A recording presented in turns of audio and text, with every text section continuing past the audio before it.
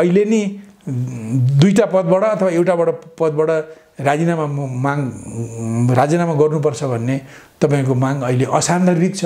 यसले तपाईमाथि शंका बढाउँछ हैन।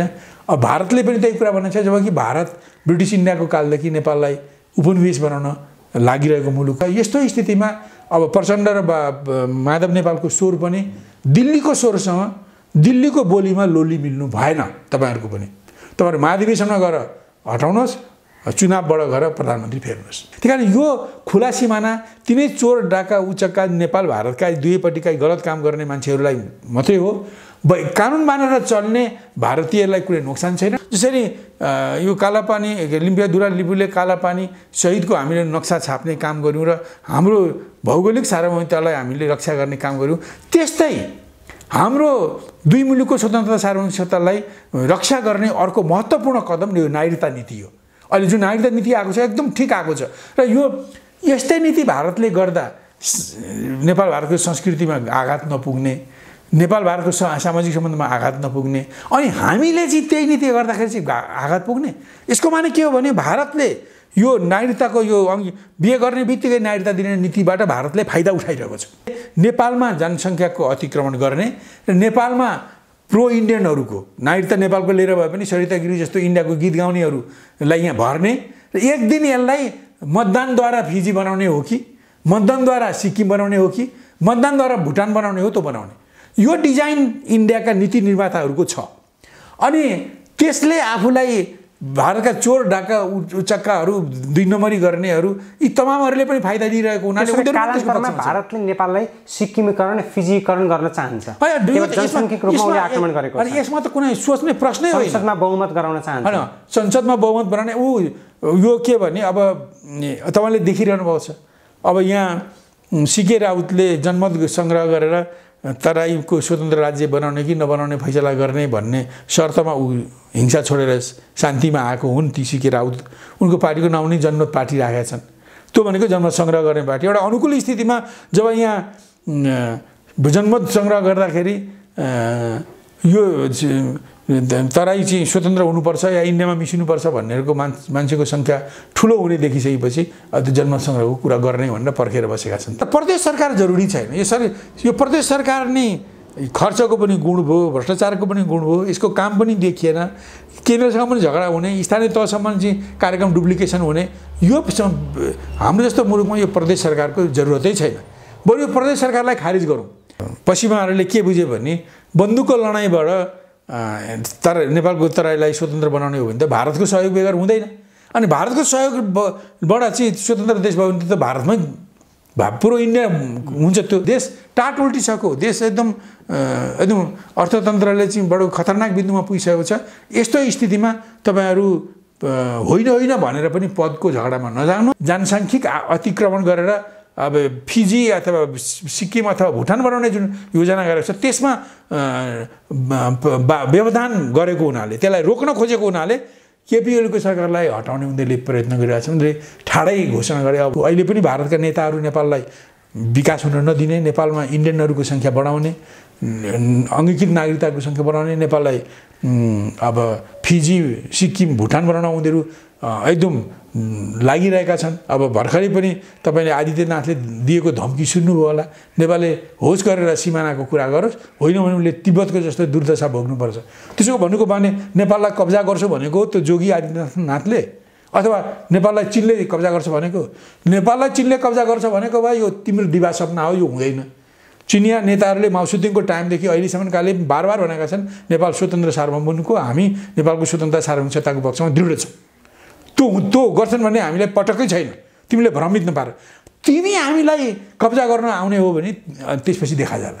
तिमीले जसरी सिक्किम बनायो, भुटान बनायो, हैन, जसरी पाकिस्तानलाई अङ्गभङ्ग गरेर बङ्गलादेश बनायो, त्यस्तो नेपालमा चल्नेवाला छैन। नेकपा मालेका महासचिव सीपी मैनाली सरलाई कार्यक्रममा हार्दिक स्वागत छ। बहुत बहुत धन्यवाद। कस्तो छ सर पछिल्लो समय तपाईको स्वास्थ्य अवस्था? यो बिस्तारै सुधार हुँदैछ। अहिले म लट्ठी टेकेर बिस्तारै हिँड्न सक्छु, तर फटाफट हिँड्न सकिँदैन। तर यो विगतको तुलनामा धेरै सुधार हो। अप्ठ्यारोमा परेको दुर्घटनामा परेको एउटा व्यक्ति सुस्त निको हुँदै फेरि सामान्य अवस्थामा फर्किन सक्ने अवस्था हुन्छ भने देशको अवस्थालाई तपाईँले निहाल्दाखेरि के पाउनुहुन्छ? अब देशको स्थिति चाहिँ अब देश आफै सञ्चालित हुने होइन, यसका निश्चित ठाउँमा पुगेका मानिसहरूले सञ्चालन गर्ने हो।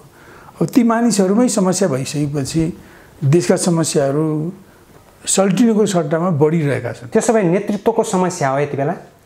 नेतृत्वको, उनीहरूको चिन्तनको, उनीहरूको व्यवहारको, उनीहरूको कार्यशैलीको नै समस्या हो।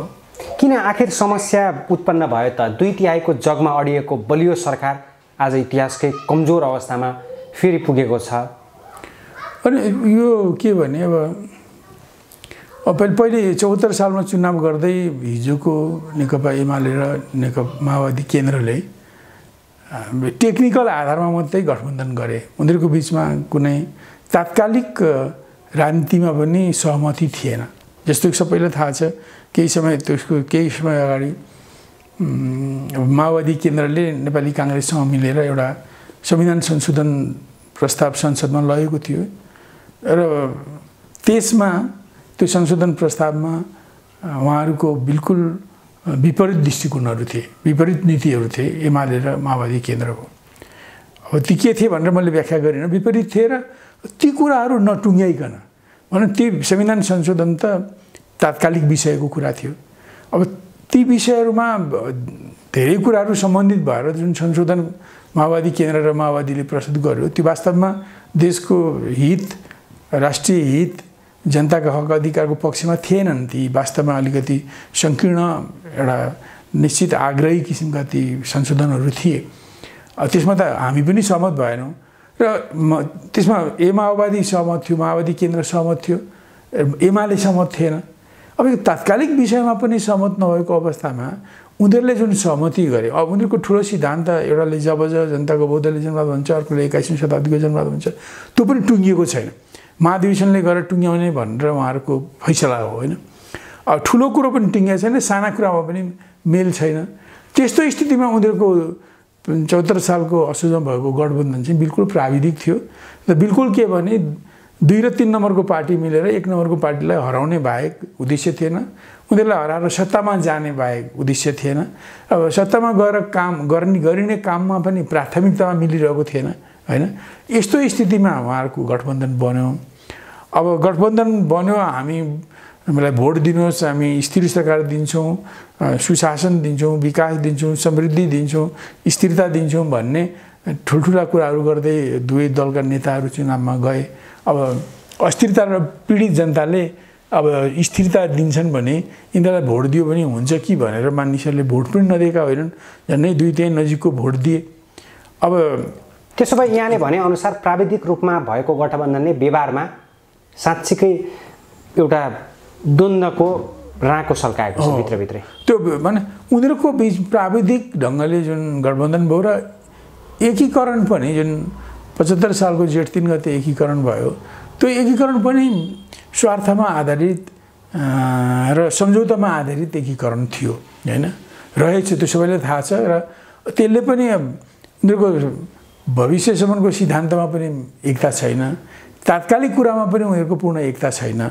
अब खालि के भने अब दुईटै दल एकीकृत भए, अब उनीहरूको भोट एकै ठाउँमा खस्ने भयो, त्यसले गर्दा केपी ओली प्रधानमन्त्री हुन सक्ने भयो, केपी ओलीको नेतृत्वमा नेकपाको सरकार हुने भयो। तर के भने त्यो पार्टी सञ्चालन गर्ने कतिपय नीति विधि, नीति सिद्धान्तहरू र सरकार सञ्चालन गर्ने कुरामा पनि तिनीहरूको बिचमा पूर्ण एकता नभएकैले हुनुपर्छ। पछि त्यो सरकार बन्यो 74 सालको फागुनमा 3 गते।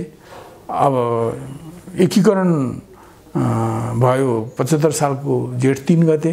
तर पनि त्यसमा त्यो एकतालाई रसायन गर्ने तत्त्व, राजनीति सैद्धान्तिक वैचारिक कुराले त्यसलाई नजोडेकोले गर्दा अब उनीहरूका सहमतिहरू कार्यान्वयन भएनन्, झगडा बढ्दै गयो र पछि आएर अब त्यसको पछिल्लो उदाहरण अब सहमति कार्यान्वयन भएन भनेर पछि फेरि 76 सालमा अर्को सहमति गरे, होइन? माओवादी केन्द्र र एमाले। अब त्यो 76 साल को सहमति पनि मङ्सिर 4 गतेको सहमति पनि कार्यान्वयन भएन, अहिले विरोध भइरहेको छ। अब एकापट्टि कुरा के छ भने अब एउटा त सहमति कार्यान्वयन भएन, त्यसमा जुन भागबन्डा थियो, शक्तिको विभाजन थियो, भागबन्डा थियो, त्यो कार्यान्वयन भएन भन्ने एउटा बेग्लै आवाज छ। दोस्रो कुरा के छ भने अब जुन अहिले पार्टी एकीकरण गर्दा पनि उहाँहरूको विचित्रले भयो। मैले तपाईँ मार्फत फेरि पनि मैले दोहोऱ्याउँ कि न त 74 सालको असोजमा चुनावको निम्ति एमाले र तत्कालीन माओवादी केन्द्रले गठबन्धन गर्दा ती दुईटै पार्टीको कुनै पनि कमिटीले निर्णय गरेको होइन, केन्द्रीय कमिटीले निर्णय गरेर होइन, अब तिनीहरूको पोलिट ब्युरोले निर्णय गरेर होइन, स्थायी समितिले निर्णय गरेर होइन, त्योभन्दा पनि सानो कुनै सचिवालय आदि इत्यादिले पनि निर्णय गरेर होइन, बिल्कुल दुईटा पार्टीका एक एकजना अध्यक्षले निर्णय गरेर गठबन्धन पनि भएको हो र एकीकरण पनि भएको हो। र एकीकरण भएर पनि स्थिति के रहने, दुईजना अध्यक्ष रहने कुरा छ, दुवै अध्यक्ष रहने हैन। कुनै निर्णय भयो भने दुवै अध्यक्षको हस्ताक्षरले मात्रै प्रमाणीकरण गर्न सक्ने, अथोराइजेसन गर्न सक्ने, त्यो स्थितिबाट यो पार्टी बन्यो। अब अहिले आएर अहिले जसरी पुष्पकमल दाहाल प्रचण्डले केपी शर्मा ओलीकै सक्रियतामा एमाले पार्टी फेरि गठन भयो भनेर भनिरहँदा यसलाई के हेर्ने छ? होइन, अब यो त धेरै अगाडिको कुरा। मैले यदि भन्नु त्यस्तो भएपछि बढ्दै जाने क्रममा जस्तो एकापट्टि त्यो सहमति कार्यान्वयन भएन, हिजोको भागबन्डा, हिजोको विभाजन, शक्ति जुन विन्यास थियो त्यो कार्यान्वयन भएन भन्ने एउटा कुरा छ भने, अर्को कुरो अब पार्टीका अध्यक्ष पनि रहेका र प्रधानमन्त्री पनि रहेका केपी ओलीबाट चाहिँ पार्टी सञ्चालनमा पनि सही ढङ्गले भएन। त्यो पूर्वाग्रह, त्यो चाहिँ पार्टी सञ्चालन पनि भन्ने स्वेच्छाचारिताको आधारमा भयो, अब डेमोक्रेटिक नर्म्सबाट भएन, विधान अन्तर्गत भएन, गुडको आधारमा भयो। उनले आफ्ना मान्छेहरूलाई काखी च्याप्ने र अरू सबैलाई पन्छाउने ढङ्गले काम गरे भन्ने यो पनि अर्को त्यहाँ विषय बनेको छ। त यो बढ्दै जाने क्रममा पछिल्लो पटक जब यो दुईवटा अध्यादेशहरू चाहिँ पारित गरिए र पार्टी विभाजन गर्न अनुकूल हुने अध्यादेश पारित गरिए, त्यसपछि त्यो विवाद झन् चर्केर आएको थियो। त्यसपछि अब विरोध गर्ने पक्षका दुई प्रमुख नेताहरू, एउटा पार्टीका अध्यक्ष पुष्पकमल दाहाल प्रचण्ड, अर्का पार्टीका पहिलेका अध्यक्ष वरिष्ठ नेता माधव कुमार नेपाल, उहाँहरू दुवै विरोध गर्दै हुनुहुन्थ्यो। र त्यो भनौँ न यो दुईटा अध्यादेश काण्ड पछाडिदेखि दुवै पक्षकाले मिलेर प्रधानमन्त्री केपी ओलीले पार्टीको प्रधानमन्त्री पदबाट पनि र अध्यक्ष पदबाट पनि राजीनामा दिनुपर्छ भन्ने माग बढ्दै आयो। अब त्यो माग एकापट्टि बढ्दै आएपछि अर्कोपट्टि अब उनले म दुईटै त के एउटामा पनि म राजीनामा दिन्न भन्ने प्रधानमन्त्रीको अडान रहँदै आएको छ। यही विषयमा अहिलेसम्म आजको दिनसम्म पनि झगडा छ, अडान राखिरहनु भएको छ। एकापट्टि यो छ, अर्कोपट्टि बिचमा फेरि कुरा आयोगको धेरै उतार चढाव छलफल, त्यहाँ भित्रको समीकरणको फेरबदल हुने क्रममा भर्खरै के आयो भने अब चाँडै अर्ली महाधिवेशन गर्ने, महाधिवेशनबाट चाहिँ एउटा पद छोड्ने, भनौँ अध्यक्ष पद छोड्ने अध्यक्षले महाधिवेशनसम्म प्रधानमन्त्री पनि अध्यक्ष पनि रहने, माओवादी महाधिवेशनपछि अनि त्यसपछि उनी छोड्ने, अनि त्यसपछि चुनावसम्म नै यो प्रधानमन्त्री पनि रहने, यो किसिमको सहमति बन्यो। अब फेरि एक किसिमले अब यो अर्ली महाधिवेशनमा जाने पनि कुरा थियो, जाने नजाने भन्दै त्यो कुरो पनि अहिले अनिश्चित भएको छ। अब त्यो यति चाँडै किन कसरी हुनसक्छ, त्यही कारण अहिले नै छोड्नु पर्यो भन्ने कुरामा अब हिजोको उहाँहरूको बातचितमा पनि के देखिन्छ भने दुईटा होइन भने एउटा चाहिँ छोड्नुहोस् भन्ने।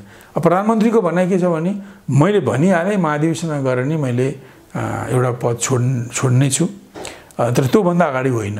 तर एउटा कुरा के हो भने उहाँहरूको गठबन्धनकै पनि एउटा के जटिलता छ भने दुईटा अध्यक्ष हुने परिपाटी भएपछि यो बिचमै एउटा अध्यक्ष कसरी हुन्छ भने अब उहाँहरूको त दुईटा अध्यक्ष रहने, अनि दुईटै अध्यक्षको प्रमाणीकरणले मात्रै केन्द्रीय कमिटीको निर्णय प्रमाणित हुन्छ हैन।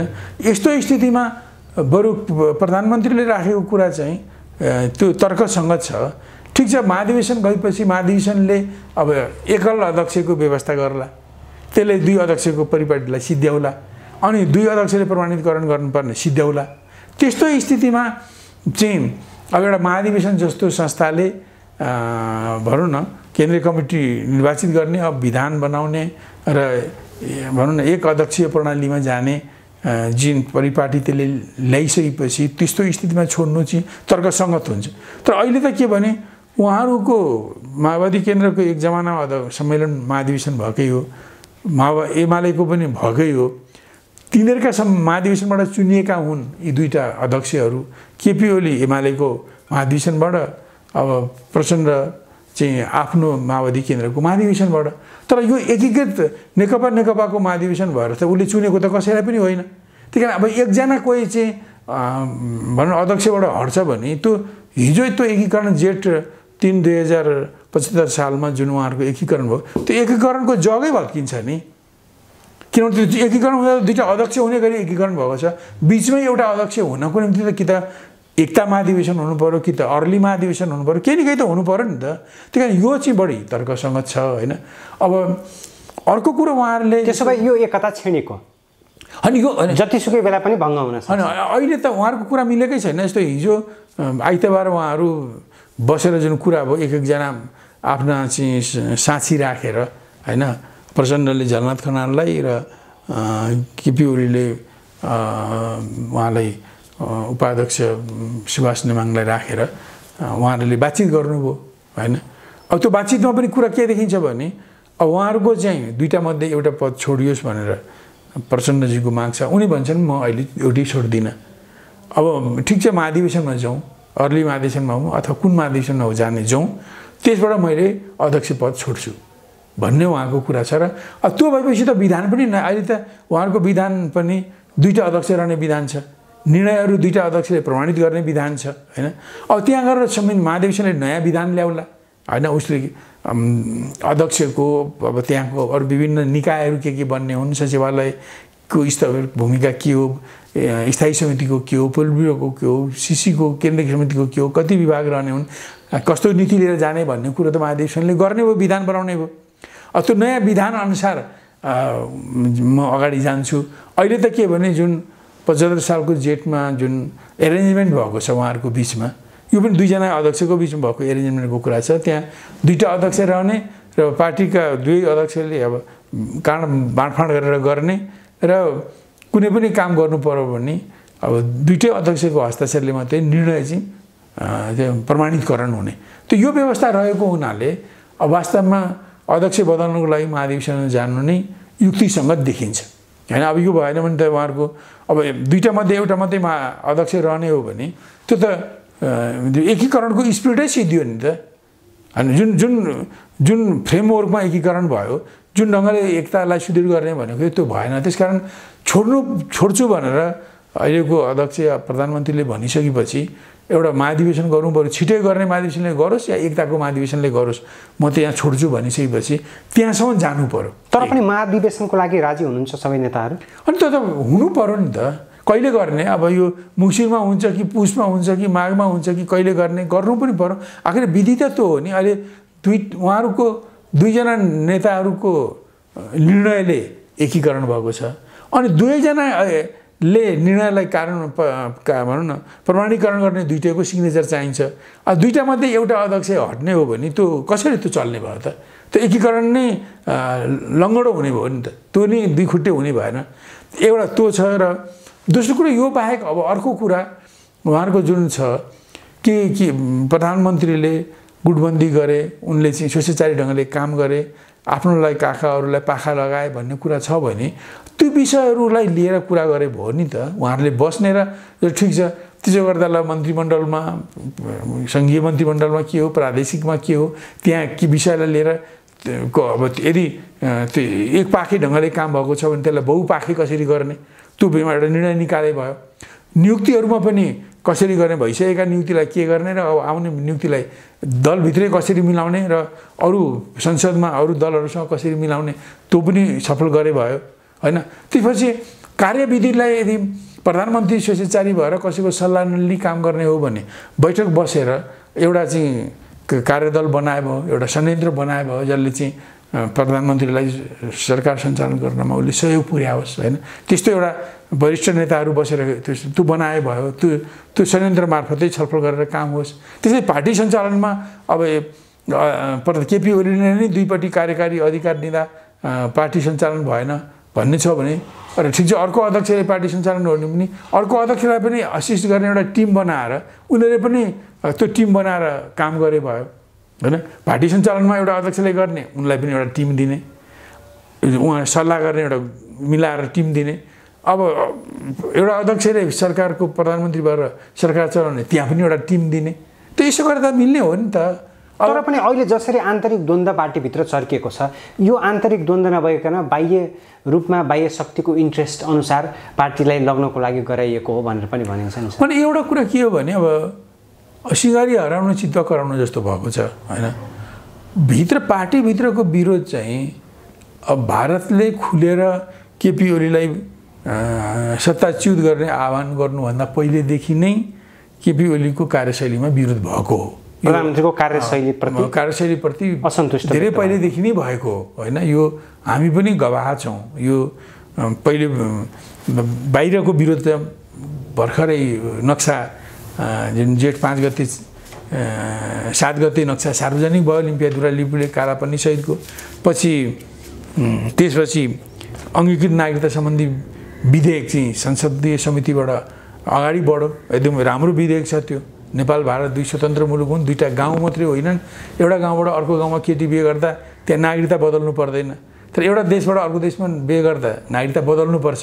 अब त्यहाँ महिला पुरुषको बेबरी हुने भएकोले अब हाम्रो पूर्वीय चलनमा विश्वका महत्त्वपूर्ण ठाउँहरूमा बिहे गरेर केटीहरू केटाको घरमा आउने नै स्थिति हो। त्यो स्थितिमा बिहेबरी क्रस बोर्डर म्यारेजलाई रोक्न सकिँदैन, नेपालको सन्दर्भमा त्यो उपयुक्त हुँदैन। अब त्यसपछि बिहे गरेर आउने भनेको त केटाको घरमा हो। त्यही कारण बुहारीलाई नागरिकता दिने प्राथमिकता दिएको छ। त अब यसमा के हो भने हिजो एउटा समय थियो जहाँ भारतमा पनि नेपालमा पनि बाल बिहे हुन्थ्यो। उताबाट बिहे गरेर आउने पनि बुहारीहरू बालिकै हुन्थे र उनीहरूले यहीँ आएर उनीहरूका ज्ञानका आँखा खुल्थे, यहीँ आएर उनीहरूले ज्ञान बुद्धिहरू पनि पाउँथे। त्यही कारण ठुलो कुरा हुन्न थियो। अब अहिले के नेपालमा पनि भारतमा पनि अब यो बाल विवाहको विरोध गर्ने कानुन छ। 20 वर्ष नपुगिकन बिहे हुँदैन होइन। अब झन् सहरी हावा लागेका केटाकेटीहरू त 20 होइन 22-24 वर्ष पढौँ, मेरो पढाइ सिद्ध्याएर क्यारियर बनाएर मात्रै बिहे गर्छु भनेर 20-22-24 वर्षतिर बिहे गर्ने अहिलेको चलन आइसकेको छ। त यस्तो स्थितिमा अब हिजोको जस्तो होइन। हिजो बाल विवाह गर्ने 8-10 वर्षमा बिहे हुन्थ्यो, 12-14 वर्षमा 15 वर्षमा गौना फर्काएर बेहुली ल्याउँथे, यतै बस्थे। अब उनीहरूले यहीँबाट ज्ञान पाउँथे। सबै नेपालको रीतिथिति चालचलन संस्कृति यहाँको आबोहावा यहाँको शत्रु मित्रु सबै कुरा उनीहरूलाई थाहा हुन्थ्यो। उनीहरूका यहीँकै छोरी जस्ता भएर हुर्किन्थे उनीहरू, किनभने उनीहरूको ज्ञान पलाइसकेको हुन्न थियो, यहीँ आएर पलाएको हुन्छ। तर अहिले त भनौँ डडाक भएर आउनेछ। 20-22 वर्षपछि त एउटा भनौँ न युवा भइसकि उनले एउटा एक तहको अध्ययन गरेर अब राजनीतिमा पनि एक हिसाबले चासो राखेर होइन। मैले भनौँ न अहिलेका केटीहरू चाहिँ भारतबाट आउने पनि सरिता गिरी जस्तो भएर आउने स्थिति छ। त्यहाँकै रीतिथिति चालचलन आदि इत्यादिमा भिजेर आउने एउटा स्थिति छ। यस्तो स्थितिमा बिहे गरेर आउने बित्तिकै उनलाई सिन्दुर लगाइदिने अथवा मङ्गलसूत्र दिने अनि तुरुन्तै उनलाई अङ्गीकृत नेपालको नागरिक बनाउने हो भने वास्तवमा उनको चोइसको अधिकार पनि कुण्ठित हुन्छ। अब बिहे गरेर यहाँ भारतको भनौँ एउटा बालिक केटी होइन बिहे गरेर यहाँ आउँदाखेरि उनको के यहाँ बदलिन्छ भन्दा हिजो भारतको नागरिक थिइन्, उनको वफादारीता भारत सरकारप्रति थियो, भारतप्रति थियो। बिहे गरेर नेपालमा आइन्, अब उनको वफादारीता नेपालप्रति हुन्छ, भारतप्रति हुँदैन। यो वफादारीता चेन्ज गर्न उनी सक्छन् कि सक्दिनन्। हिजो त ल ज्ञानै नपाइकन त्यो वफादारीता बुझ्दै नबुझेको स्थितिमा यहाँ आउँथे, यहीँ हुर्किन्थे, यही मुलुकप्रति वफादारीता रहन्थ्यो होला। अहिले त 20-22 वर्ष पढेर बुझेर एउटा ज्ञान लिएर कुनै न कुनै राजनीतिक चिन्तन सोच राजनीतिक आन्दोलनमा लागेर आइसकेका मान्छेलाई त बदल्नको त टाइम लाग्छ होइन।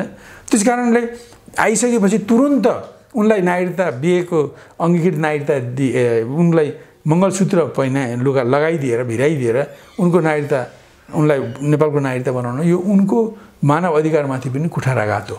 उनले जब यहाँ आउँछिन् बस्छिन् र म भारतप्रतिको लोयल्टी होइन नेपालप्रति मेरो लोयल्टी हुने रहेछ, म नेपाललाई आफ्नो देश मानेर कर्मभूमि मानेर म यसको पक्षमा लड्न तयार छु, बोल्न तयार छु भन्ने उनको मनस्थिति हुनु पर्यो। तर पनि नेपालको नागरिकता लिएर भारतप्रति लोयलिटी देखाउने नेता नेत्रीहरू छन् नि त नेपालमा। त्यो भएर नै बदल्नु पर्यो। त्यस कारण यो हिजो जुन थियो बालबिहे हुने चलनमा बिहे हुने बित्तिकै आएर यहाँ आउँछन्, यहाँ अङ्गीकृत नागरिकता पाइहाल्ने हिजोको चलन थियो, त्यो अब काम नलाग्ने भयो। अब बालबिहे हुँदैन। अब चाहिँ भनौँ न यिनीहरू चाहिँ वयस्क विवाह हुन्छ, 20, 22, 25 वर्षमा बिहे हुन्छ।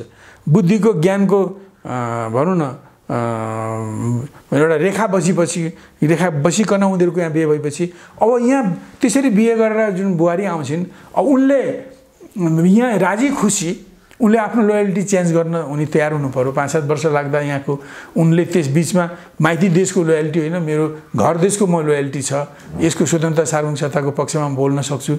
यहाँ चाहिँ भारतमा भन्दा यस्ता भिन्न भिन्न संस्कृति रहेछन्। यहाँ वैदिक आर्यहरू छन्, यहाँ खस आर्यहरू छन्, मङ्गोल किराँतहरू छन्, यहाँ मिश्रित संस्कृति छ। यसलाई म स्वीकार्न सक्छु। धेरै भाषा छन्, अब आफ्नो मातृभाषा छ, उहाँ बुहारीको मातृभाषा होला, यहाँको राष्ट्रिय भाषाहरू छन्, ती कुरालाई मैले बोल्छु, तिनीहरूलाई म अपनाउन सक्छु होइन।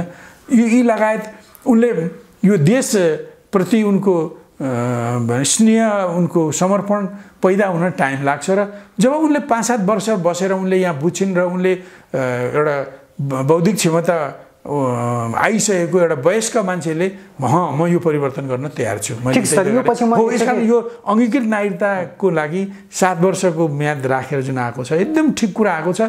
यसले नेपाल भारत दुई स्वतन्त्र देश हुन्, त्यहाँ हुँदा बेग्लै नागरिकता, यहाँ हुँदा बेग्लै नागरिकता, त्यहाँ हुँदा बेग्लै वफादारी, यहाँ हुँदा बेग्लै वफादारी आदि इत्यादिको कुरालाई यसले गर्छ। र अहिले जुन ढङ्गले भारतले हाम्रो रोटीबेटीको सम्बन्ध भनेर भारत र नेपालको बिचको बिहेभरि चाहिँ ओल्लो गाउँ पल्लो गाउँको बिहे जस्तो, चाबेल र नक्सालको केटा र केटीमा बिहे भयो जस्तो त होइन नि। इन्डियाको केटी र नेपालको केटाको बिहे हुनु अथवा यहाँको केटी र उताको केटाको बिहे हुनु, यो त दुई स्वतन्त्र सार्वभौम मुलुकमा बस्ने नागरिकको बिचमा बिहे हुँदैछ भने उनीहरूको बिहेपछि उनीहरूको नागरिकता परिवर्तन हुन्छ, उनीहरूको नागरिक हक परिवर्तन हुन्छ, उनीहरूको लोयल्टी र उनीहरूको अरू धेरै कुराहरू परिवर्तन हुनुपर्ने हुन्छ।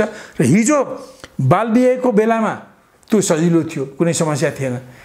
आज चाहिँ वयस्क विवाहको कुरा आइसकेपछि अब बिहे गरेर आउने बुहारीले पनि आफूलाई प्रिपेयर गर्ने टाइम लाग्छ र उनले आफूलाई प्रिपेयर गरेर त्यो 7 वर्षपछि उनले आफै प्रिपेयर गर्छन् र उनले अङ्गीकृत नागरिकता लिन्छन्। त्यसबिचमा उनको हक अधिकार रक्षा गर्नको निम्ति यो विधेयकमा स्पष्ट रूपले स्थायी वैवाहिक स्थायी बसोबासको आधारको एउटा प्रमाणपत्र दिइएको छ, जसमा भोट हाल्ने र चुनिने बाहेक अरू सबै काम चाहिँ त्यो वैवाहिक जुन अस्थायी प्रमाणपत्रले त्यसले सबै थोक हुन्छ। अंश बन्डा झै झगडा जे जति हुन्छन् तमाम कुराहरूको अधिकार त्यसले दिने। समग्रमा भन्नुपर्दा अहिले जसरी राष्ट्रवादी कदम थियो यो नेपालको हितमा छ। र यस्तो कुरा भारतले त 1947 देखि गरिरहेको छ। भारतले पनि त्यहाँ बिहे गरेर जाने कुनै विदेशी महिलालाई 7 वर्षपछि मात्रै उनले नागरिकताको निम्ति निवेदन दिन सक्छिन्। निवेदन दिन पनि 7 वर्ष कुर्नुपर्छ भारतमा पनि। हामीले त 7 वर्ष त भनेको छौँ नि यहाँ पनि। अनि भारतले चाहिँ 7 वर्ष सीमा राख्दा अङ्गीकृत नागरिकता लिने बुहारीले अङ्गीकृत नागरिकता लिने 7 वर्ष पर्खाउनु पर्ने नियम बनाउँदा सांस्कृतिक सम्बन्ध नबिथेलिने। तर पनि हामीले गरिसकेपछि भारत र नेपाल बिचको सांस्कृतिक सम्बन्ध सदियौँदेखि मिलेको रोटीबेटीको सम्बन्धमाथि आँच पुर्यायो भनेर विश्लेषण गरे नि त कतिपय भारत परस्त नेता। यही वाहियात कुरा हो। के बुझ्नुपर्छ भने भारत हिजो उपनिवेश थियो, 1947 देखि त्यो स्वतन्त्र भयो र भारत पनि एउटा स्वतन्त्र सार्वभौम भौगोलिक अखण्डता भएको मुलुक हो। हामी पनि त्यस्तै मुलुक हौँ र भारत एउटा गाउँ, हामी अर्को गाउँ होइनौँ। र भारतले 47 देखि नै आफ्नो मुलुकमा बिहे गरेर आउने बुहारीहरूले 7 वर्षपछि नेपाल भारतको नागरिकता लिन सक्ने व्यवस्था राखेको छ।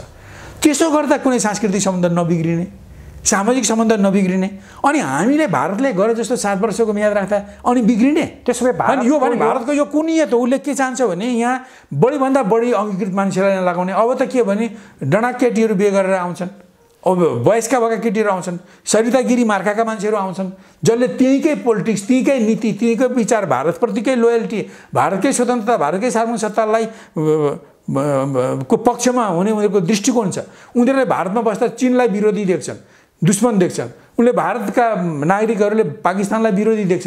हाम्रो त्यस्तो स्थिति छैन। चीन हाम्रो सदियौँदेखि हाम्रो मित्र रहिआएको मुलुक हो र चीनले यो आधुनिक जमानामा पनि आएर नेपालमा कुनै हस्तक्षेप गरेको छैन। नेपालको स्वतन्त्रता सार्वभौमिकता र भू अखण्डताको पक्षमा उसले प्रत्येक महत्त्वपूर्ण अवसरमा चीनका नेताहरूले यो कुरालाई दोहोऱ्याइरहेका छन् कि हामी नेपालको स्वतन्त्रता सार्वभौमिकता र भू अखण्डतालाई हामी सम्मान गर्छौँ भनेर, होइन? त्यसो भए चीन नेपालको स्वतन्त्र सार्वभौमिकताप्रति वफादार छ? चीन डेफिनेटली छ। तर भारत भनेपछि भारतले त कसरी मानौ? हस्तक्षेपको नीति लिएको छ। भारतले त लगभग भर्खरै, होइन, पोहोर 76 सालको कार्तिक 16 गते उनीहरूले हाम्रो लिम्पियाधुरा लिपुले कालापानीलाई आफ्नो सीमाभित्र राखेर नक्सा निकाले। अनि त्यो हामीले त्यसको विरोध गऱ्यौँ। विरोध गरेपछि 76 सालको कार्तिक 21 गते भारतको विदेश मन्त्रालयको प्रवक्ताले भन्यो यो नक्सामा केही फेरबदल गरेका छैनौँ र नक्साभित्र भएको भूमि माने लिम्पियाधुरा कालापानी लिपुलेक भारतको सार्वभौम भूमि हो भनेर ठाडै 372 वर्ग किलोमिटर जमिन भारतले ठाडै कब्जा गर्ने घोषणा गर्यो। यो हस्तक्षेप। अनि यो बाहेक अरू 71 ठाउँमा इन्डियाका यहाँकी इन्डियाका तस्करहरू, गुन्डाहरू, काला बजारियाहरू हाम्रा यहाँ भन्नु कोरोनाको निम्ति सुरक्षामा बसेका पुलिसहरूको हतियार खोज्न आउँछन्। अनि खुला सिमाना कसको निम्ति चाहिएको रहेछ? भारतका गोरु चोरहरू, भैँसी चोरहरू, गाई चोरहरू, तस्करहरू, यी मान्छेहरूलाई खुला सिमाना चाहिएको रहेछ नेपालमा लुटपाट गर्नुको निम्ति। त्यही कारण यो खुला सिमाना पनि हाम्रो हितमा छैन। भारतको सिमाना बन्द गर्नुपर्छ। यसलाई बन्द गर्नुपर्छ। यसलाई खुला सिमानाको त कुनै सन्धि नै छैन। यसलाई त प्रश्न के हो भने नेपालले अब यो कोरोना पछि अहिले जुन ढङ्गले भारतमा कोरोना बढिरहेको छ, हामीले यो सिमाना खुला गऱ्यौँ भने हामी कोरोनाको महामारीले कोरोनाको महासागरमा हामी डुब्छौँ। त्यही कारण हामीले त ठिक छ, यो प्राकृतिक प्रकोप हो, हामी दुःखी छौँ। भारतमा त्यति धेरै कोरोना फैलिएकोमा हामी बहुत दुःखी छौँ। तर त्यसको माने यो होइन कि दुःख साट्नुको माने भारतको कोरोना इन्डियामा नेपालमा ल्याउनु त होइन नि त। ठिक छ, त्यहाँको सरकारले त्यसलाई व्यवस्था गरोस्, हाम्रो सहयोग छ, सद्भाव छ। हामीले हाम्रो सिमानालाई रोक्नै पर्छ, होइन? त्यही कारण अहिले यो कोरोनाको व्याधिले के देखाएको छ भने खुला सिमाना त्यसको निम्ति पनि बाधा हुँदो रहेछ, हानिकारक रहेछ।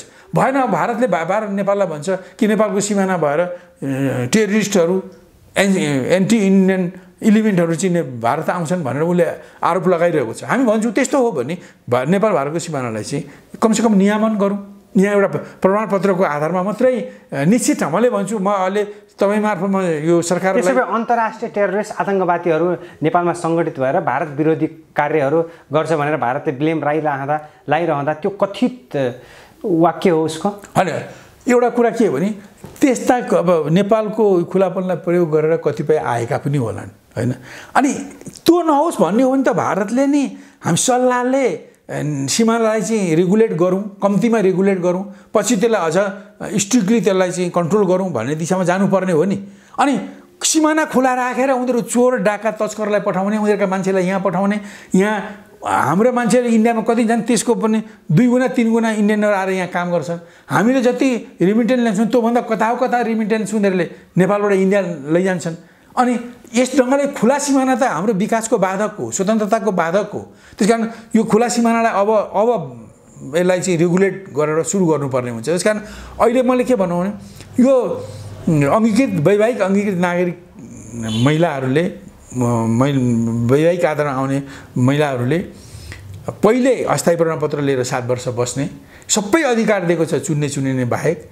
अनि त्यसपछि 7 वर्षपछि अब नेपालको प्रति म वफादार हुन्छु, यसको स्वतन्त्रता सार्वभौमिकताप्रति म वफादार हुन्छु, म नेपालका मित्र मेरा मित्र हुन्, नेपालका शत्रु मेरा शत्रु हुन् भनेर भन्छु भन्ने ठाउँमा उनी पुगिसकेपछि अनि त्यो स्थितिमा उनले अङ्गीकृत नागरिकता लिन सक्छिन्, होइन?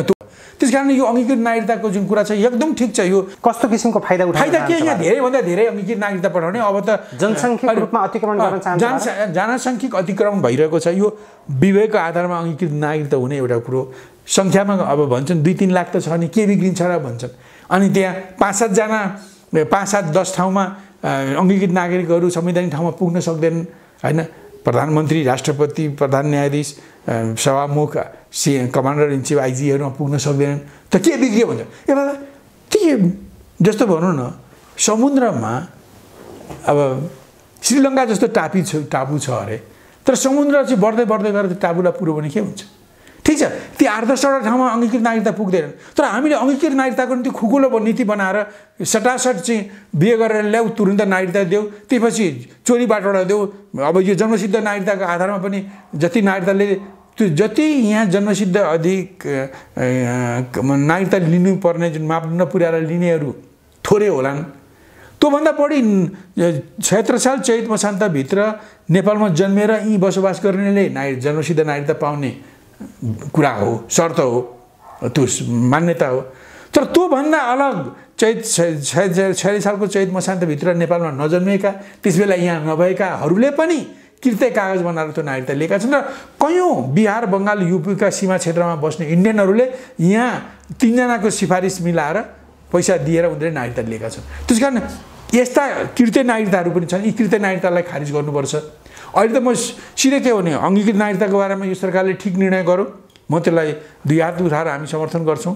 त्यसले हामी दुई मुलुकको बिचको नेपाल र भारत दुई स्वतन्त्र सार्वभौम र मुलुक हुन् भन्ने कुरालाई त्यसले हाम्रा सिमानाका जनतामा पनि त्यसले राम्ररी प्रचार गर्ने भयो हैन। यो एकदम राम्रो छ।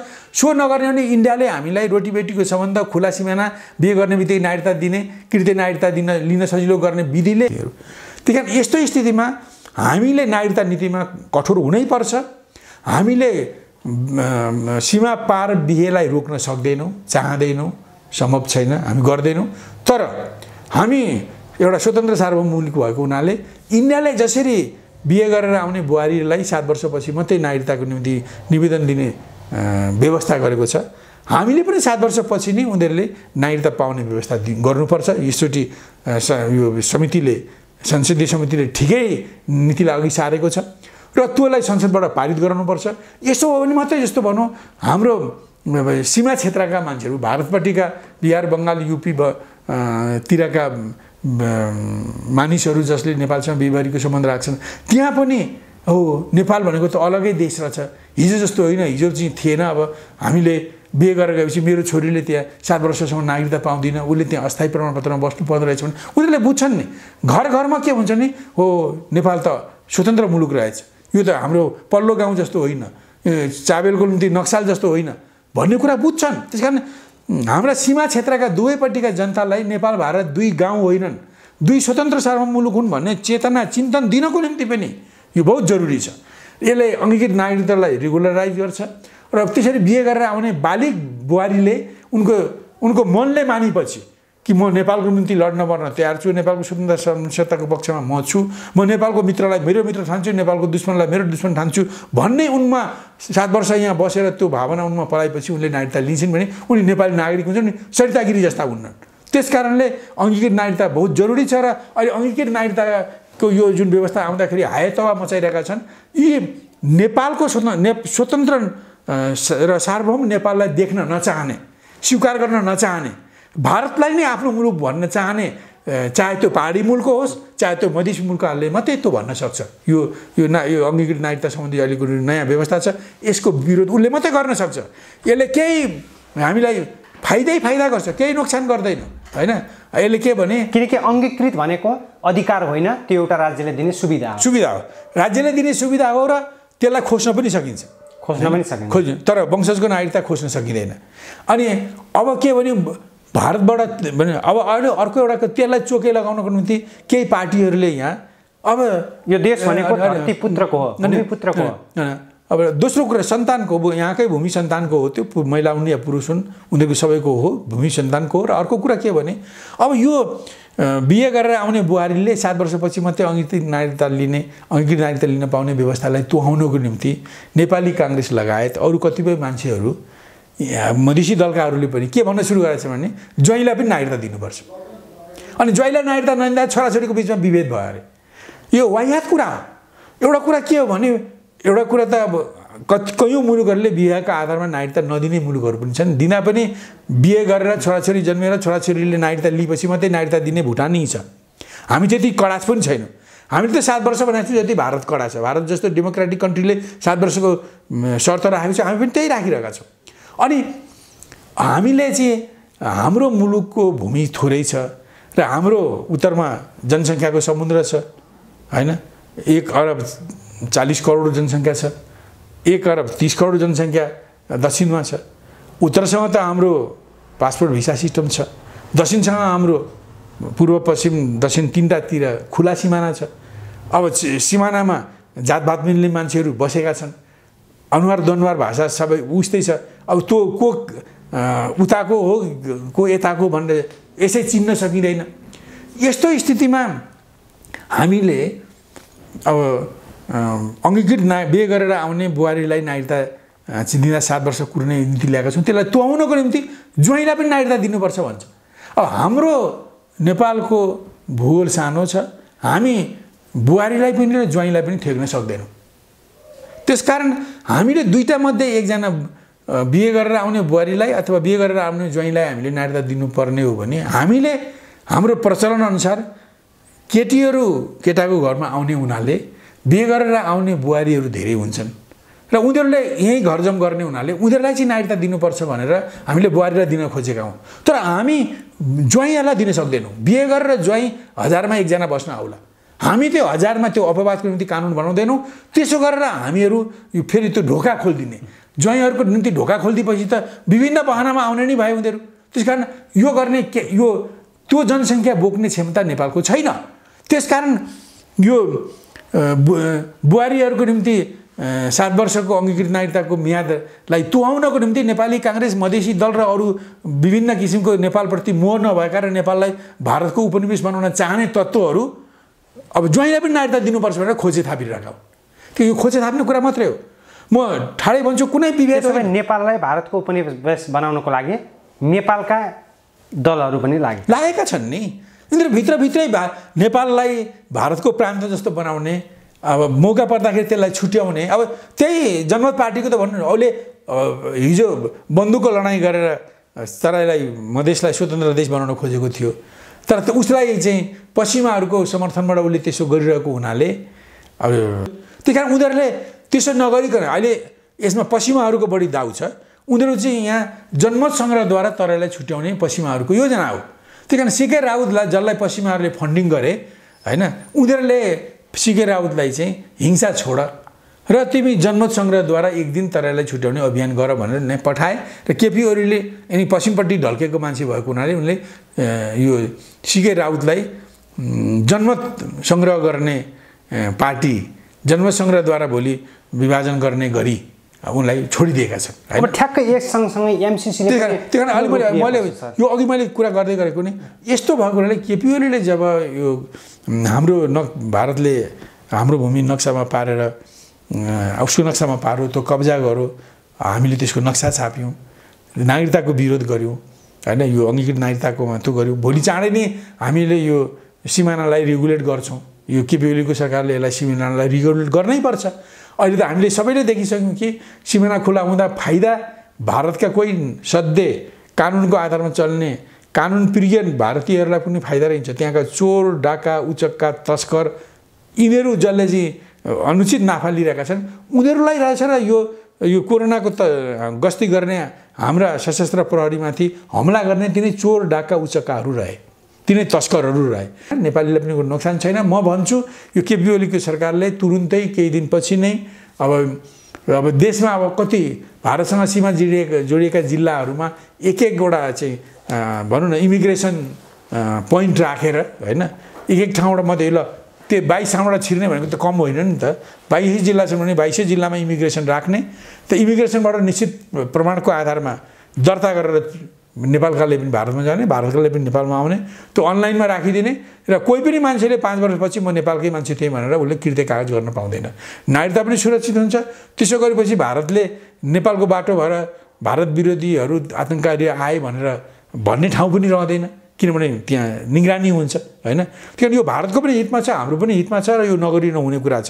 यस्तो कुरा अब दुईटा कुरा त नक्सा छाप्ने र त्यो भारतले कब्जा गरिरहेको त्यो भूमिलाई फिर्ता गर्ने डिटर्मिनेसन यो सरकारले गरेको हुनाले र नागरिकताको सन्दर्भमा भारतले गरे जस्तै गरेर भारतको जुन नेपाललाई हुन त पछि केपी ओलीले यहाँभित्रको आफ्नो विरोधमा भएको आफ्नो सम्बन्धमा भएको विरोधलाई तर्काउनको निम्ति उनले अयोध्या नेपालमा पर्छ, राम नेपालमा जन्मेका थिए भन्ने कुरा अपरिपक्व स्थितिमा गैर जिम्मेदार ढङ्गले बोले। यसरी बोल्नु पनि जरुरी थिएन।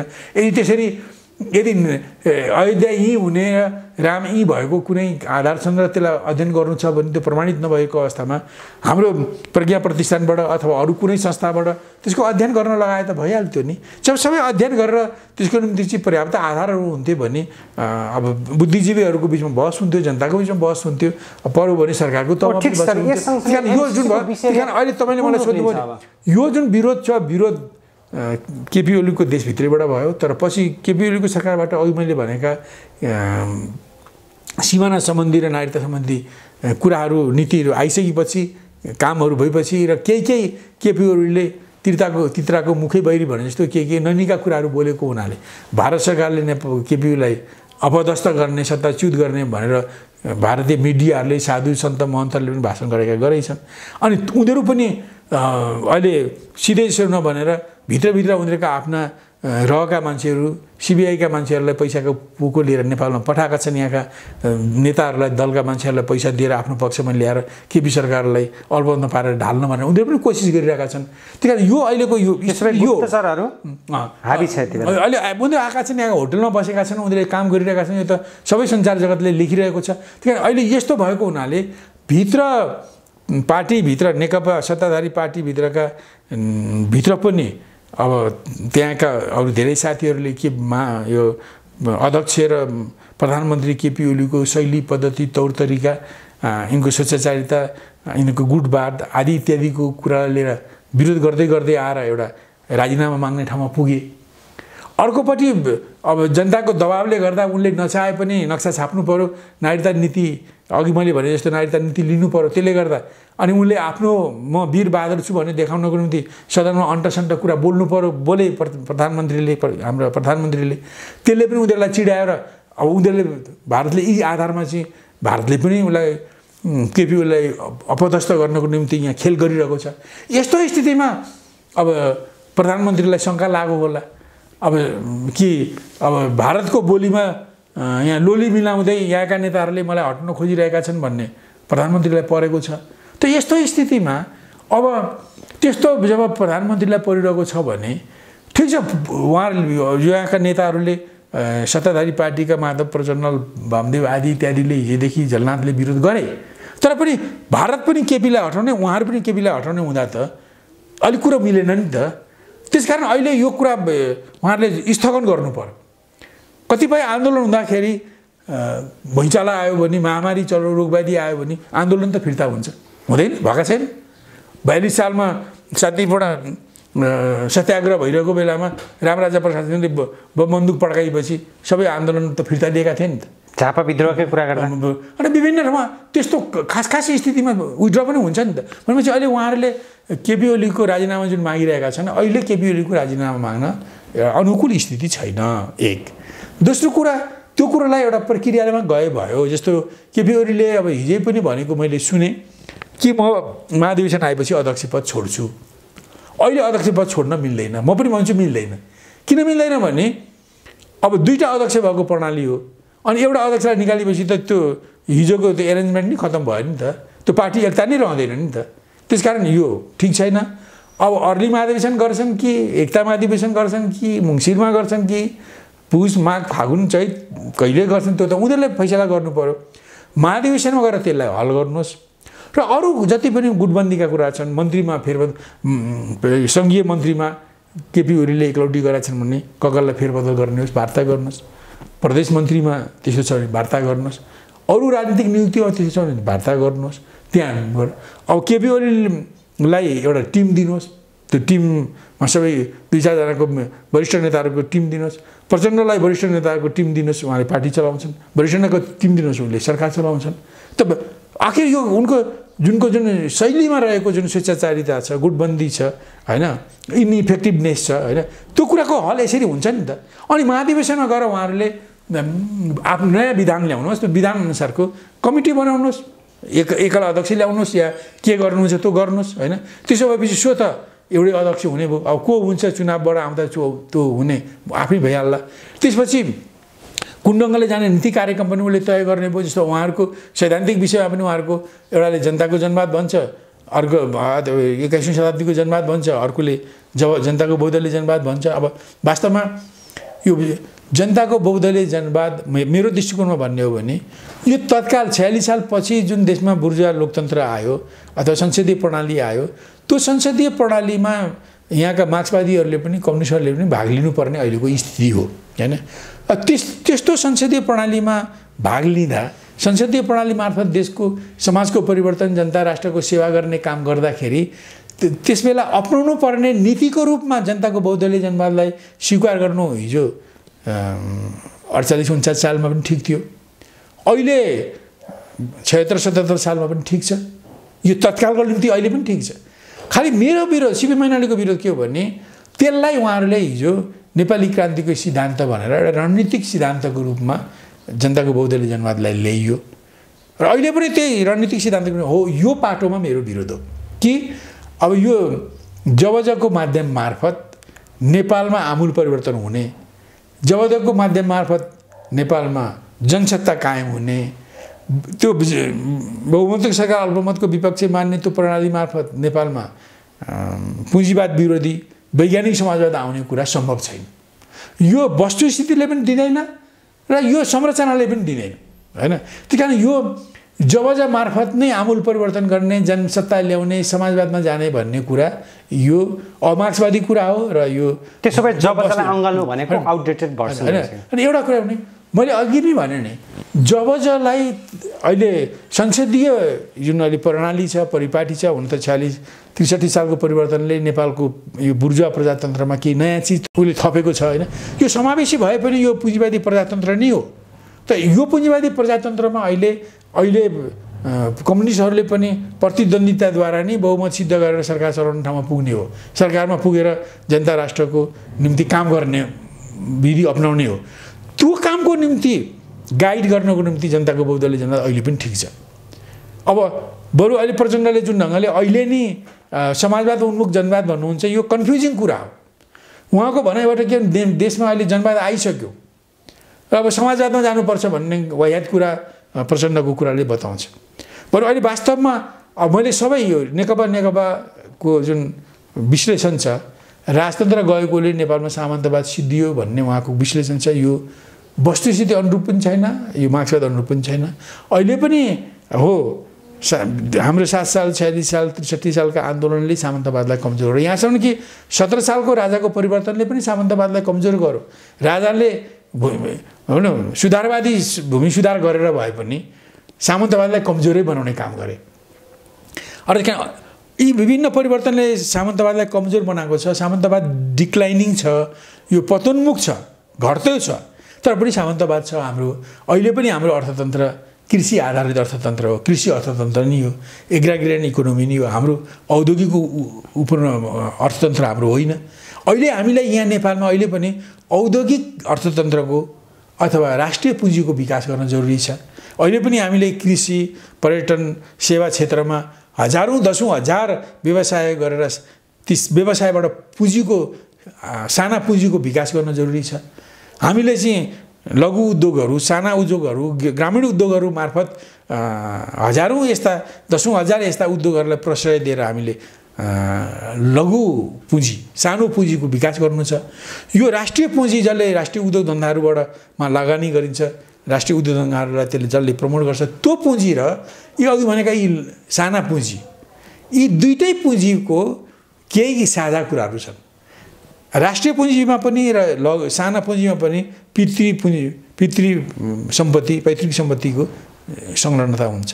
दुईटैले स्थानीय साधन स्रोतहरूलाई प्रयोग गरेर उद्योग धन्दा व्यवसाय चलाउन सक्छन्। दुईटैले यहाँकै मान्छेलाई रोजगारी दिन्छन्। दुईटैले उद्यमशीलता बढाउँछ। दुईटैले आयात प्रतिस्थापन गर्छ हैन, निर्यात बढाउने काम गर्छ, आयात प्रतिस्थापन गर्छ। ती दुईटै प्रगतिशील कुराहरू हुन् र ती दुईटै राष्ट्रिय पुँजी र त्यो अघि भने ती 6वटा क्षेत्रबाट पैदा हुने पुँजीलाई, साना पुँजीलाई हामीहरूले एक शब्दमा भन्यो भने त्यसलाई हामी सामाजिक पुँजी भन्छौँ। सोसल पुँजी, सोशलिस्ट पुँजी भनेको होइन, सोसल पुँजी, सामाजिक पुँजी, जनमुखी पुँजी, अलिकति सामाजिक दायित्व बोक्ने पुँजी। त यो अहिले हामीले सामाजिक दायित्व बोक्ने पुँजीलाई सामाजिक न्यायको आधारमा विकास गर्नुपर्ने अहिलेको चरण हो। भन्नुको भने त्यो मैले भनेको के हो भने यो पुँजीवाद भएपछि सामाजिक पुँजी भए पनि पुँजी नै हो, पुँजीवादै हो। अर्को नाङ्गो पुँजी पनि पुँजीवादै हो। पुँजीवाद त्यो सामाजिक पुँजी पनि हामीले देशमा अरबपति खरबपति मात्रै पैदा गर्ने, तर यहाँका श्रमजीवी जनताको आय वृद्धि गर्न नगर्ने किसिमको पुँजीवाद त्यो जनविरोधी पुँजीवाद हो। किन यो सामाजिक पुँजीलाई पनि हामीले सामाजिक न्यायको आधारमा यसलाई प्रयोग गर्ने भन्नुको भने सामाजिक न्याय भनेको भने यहाँ जो श्रमजीवीहरू छन्, काम गरी खाने मानिसहरूको ठुलो सङ्ख्या छ, उनीहरूले पनि व्यवसाय गर्न सकुन्, उनीहरूले स्वरोजगारी गर्न सकुन्, उनीहरूले रोजगारी गर्न सकुन्, उनीहरूको आय आर्जन हुन सकोस्, उनीहरूको जीवनस्तर उन्नत हुन सकोस्, शिक्षा स्वास्थ्य आदि इत्यादिमा उनीहरूलाई सहुलियत हुने स्थिति हुन सकोस्। यो किसिमले हैन सामाजिक पुँजी जनता यो भन्नु विपन्न समुदायको पनि जीवनस्तर उठाउने, शैक्षिक स्वास्थ्यको स्तर उठाउने र देशको पब्लिक युटिलिटीका कुराहरू हैन यो पब्लिक सुविधाका कुराहरूलाई विकास गर्ने, व्यापक बनाउने ढङ्गले सामाजिक पुँजीको विकास गर्ने अहिलेको आवश्यकता हो। अहिलेको आवश्यकता समाजवाद ल्याउने होइन। अब हो नेपाली काङ्ग्रेस जस्तोहरूले जसले आफूलाई डेमोक्रेटिक सोसलिस्ट पुँजीवादी समाजवादी हुँ भन्छन्, उनीहरूले डेमोक्रेटिक सोसलिजम भन्न सक्छन्। तर के भने डेमोक्रेटिक सोसलिजम भनेको पुँजीवाद जोगाउने समाजवाद हो, जो हामी मार्क्सवादीहरू यसको पक्षमा छैनौँ। त्यही कारण डेमोक्रेटिक सोसलिजम मार्क्सवादीहरूको सिद्धान्त होइन। तर डेमोक्रेटिक सोसलिस्टहरूले डेमोक्रेटिक सोसलिजम अन्तर्गत गर्ने कयौँ कामहरूलाई हामी सपोर्ट गर्छौँ।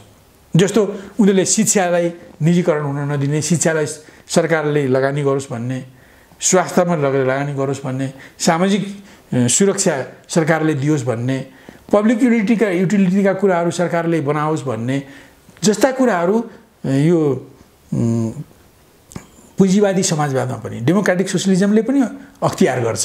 त्यसले विदेशी पुँजीको पनि विरोध गर्छ, दलाल नोकरशाही पुँजीहरूको पनि त्यसले एक हदसम्म विरोध गर्छ।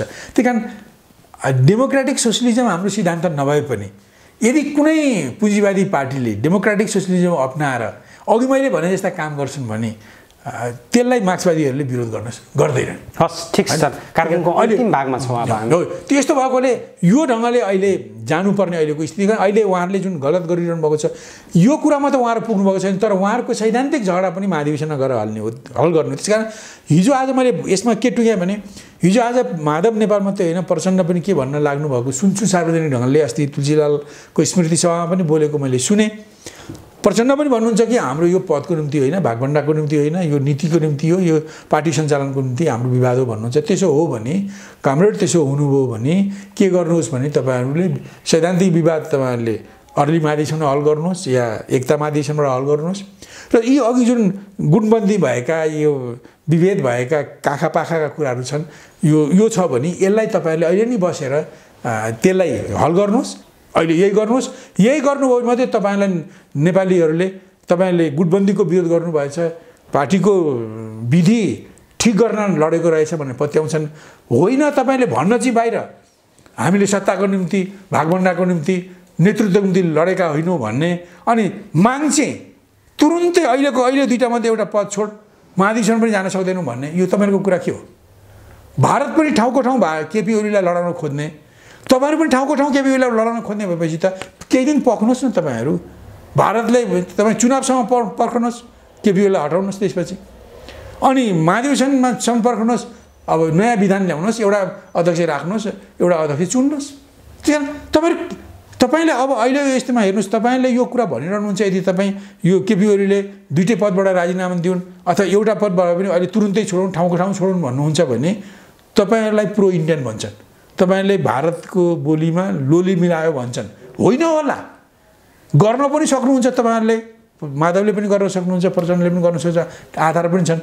तपाईँले नगर्न पनि सक्नुहुन्छ, नगरिरहेको पनि होला, तर जनतामा यो परिरहेको छ। त्यस कारण तपाईँहरूले यो कुयाममा अहिले केपी ओलीको एउटा पदबाट अथवा दुईवटा पदको राजीनामाको कुरा छोड्ने, गुटबन्दी सङ्गठन सञ्चालनको कुरालाई बसेर मिलाउने, कमिटी अघि मैले भनिसकेँ, म नदिराउँ, त्यसरी मिलाउने, महाधिवेशन गएर अरू कुराहरू मिलाउने। अन्तिममा नेपाली जनतालाई के भन्न चाहनुहुन्छ तपाईँ? अनि अन्तिममा के हो भने वास्तवमा मैले पनि धेरैचोटि भनिसकेँ यी सत्ताधारी पार्टीका साथीहरूलाई कि यसलाई अवस्थाअनुसारको नीति लिएर काम गर्नुहोस्। अब अहिले यति धेरै समस्याहरू देशमा छन्, कोरोनाको महामारी बढिरहेको छ हैन, अब भोकमरीको समस्या बढेको छ, विदेशबाट यति धेरै मानिसहरू आइरहेका छन्, 7-10 लाख मान्छे थपिने छन्, रोजगारीको समस्या आउँछ।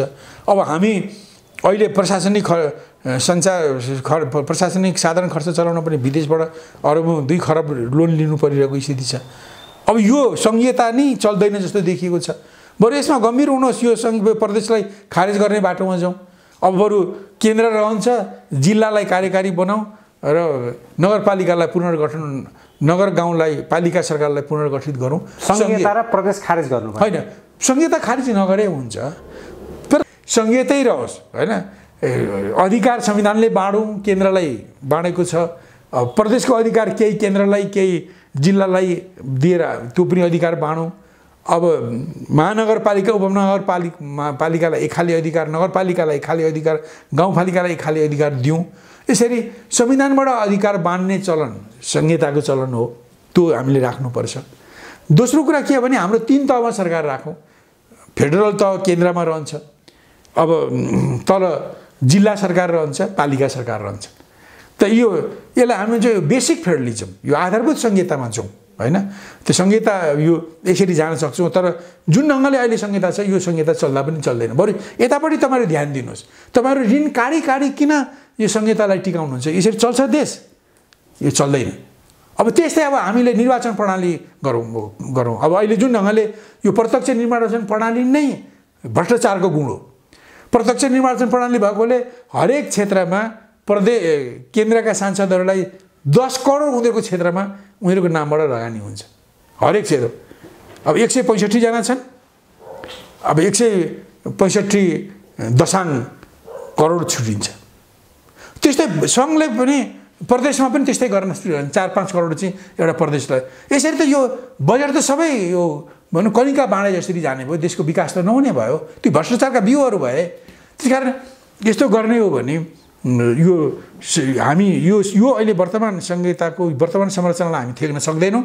हामी संहितामा नै जाने हो भने प्रदेशलाई खारेज गरौँ, केन्द्र जिल्ला कार्यकारी बनाऊ र पालिकाहरूलाई पालिका सरकार राखौँ र त्यहाँ केही संयोजन गरौँ। यसरी स्थानीय स्वायत्त शासन यो आधारभूत संहितामा हामी जाउँ। निर्वाचन प्रणाली पनि फेरौँ, अब शासन प्रणाली पनि फेरौँ, पछि छलफल गरौँला।